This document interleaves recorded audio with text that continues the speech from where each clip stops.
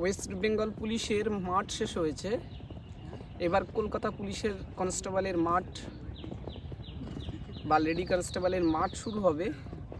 কিন্তু বেশিরভাগ ক্যান্ডিডেট যারা বিশেষ করে ফেল হয়েছে বা পাস করেছে একদম সেমভাবে, তারা কিন্তু অনেকেই ক্যালকাটা পুলিশের মাঠ পিছিয়ে যেতে পারে এই ভেবে কিন্তু তারা মাঠ করছে না। চাকরি পেতে হলে যেমন এডুকেশনের জন্য তোমরা 10-12 বছর সময় দিয়েছো, চাকরির জন্য 6 মাস তোমার কোনো চিন্তা করলে হবে না, মাঠের জন্য খাটতে হবে। অনেকেই আছে অনেক মার্কস নিয়ে বসে আছে, তারা একবার এই পরীক্ষা একবার ওই পরীক্ষা এই করতে করতে বয়স খাইয়ে ফেলছে। সেই জন্যে তাদের একটা সাজেশন দেব, সেটা হলো যে কলকাতা পুলিশের মাঠ পেছালেও ইলেকশানের পরে হবে।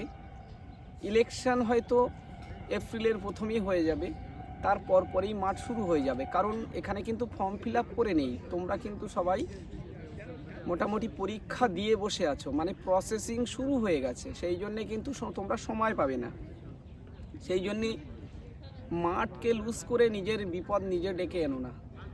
কন্টিনিউ মাঠ করো, কন্টিনিউ প্র্যাকটিস করো। আর কন্টিনিউ প্র্যাকটিস যদি না করো, যারা সেম আছো 6-20তেও দৌড়িয়ে মাঠ পাস করেছো, তাদের কিন্তু 6-40 হতে সময় লাগবে না।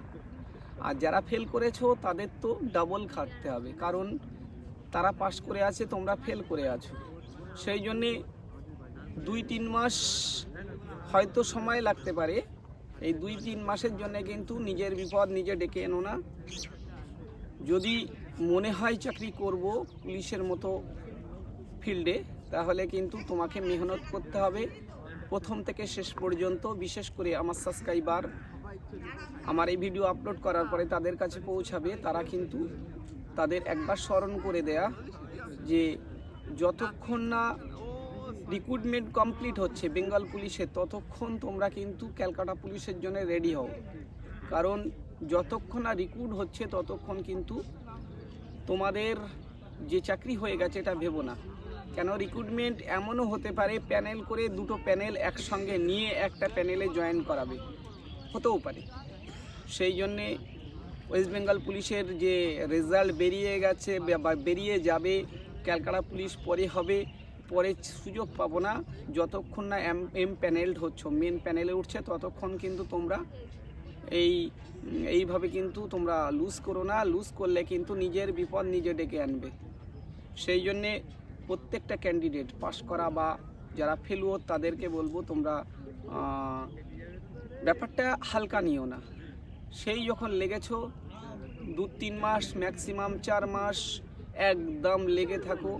আর মাঠের সময় কি হয় এইসব ভেবে লাভ নেই। এমনভাবে মাঠ করো যে একদম মাঠে যাবে বিদ্যুতের মতো দৌড়াবে, মাঠটা কিছুই না, তাহলে চাকরিটা ইজিলি হয়ে যাবে। নচেত কিন্তু আবার সেই শেষ সময়ে কি হবে। কেননা মাঠটা যদি 6-এ কমপ্লিট করে রাখো, তাহলে কিন্তু তোমরা অনায়াসেই বলা যেতে পারে মাঠ পাস হবে। সেই জন্যে অলসতা ছেড়ে দিয়ে বা বিভিন্ন দিকে এটা না ওটা এই করতে গিয়ে কিন্তু সময় ওয়েস্ট হবে এবং একটাও তোমাদের কাছে আসবে না। সেই জন্যে এই বাঘের হরিণ শিকারের মতো একটা টার্গেট করো এবং সেটাকে আগে ধরে নাও। একটা ফিল্ডে দাঁড়িয়ে যাও, তারপরে কিন্তু তোমরা অনেকগুলো ফিল্ড পাবে, যে ফিল্ডে তোমরা দাঁড়িয়ে অন্য ফিল্ডগুলোয় নজর দিতে পারবে। আর বেকার অবস্থায় বিভিন্ন দিকে যদি নজর দাও, তাহলে কিন্তু মানে তোমাদের বিপদ তোমরা ডেকে আনবে। সেই জন্যে বলবো যে তোমরা ফোকাস নষ্ট করো না, তোমরা কিন্তু একদম সিরিয়াস হয়ে প্র্যাকটিস করো। আর যারা আমার ভিডিও দেখে প্র্যাকটিস করো, তারা কন্টিনিউ আমি ভিডিও দেব, তোমরা চেষ্টা করো যে ভিডিওগুলোকে ফলো করা। মোটামুটি আশা করা যায় 100% তোমরা মাঠ পাস করবে।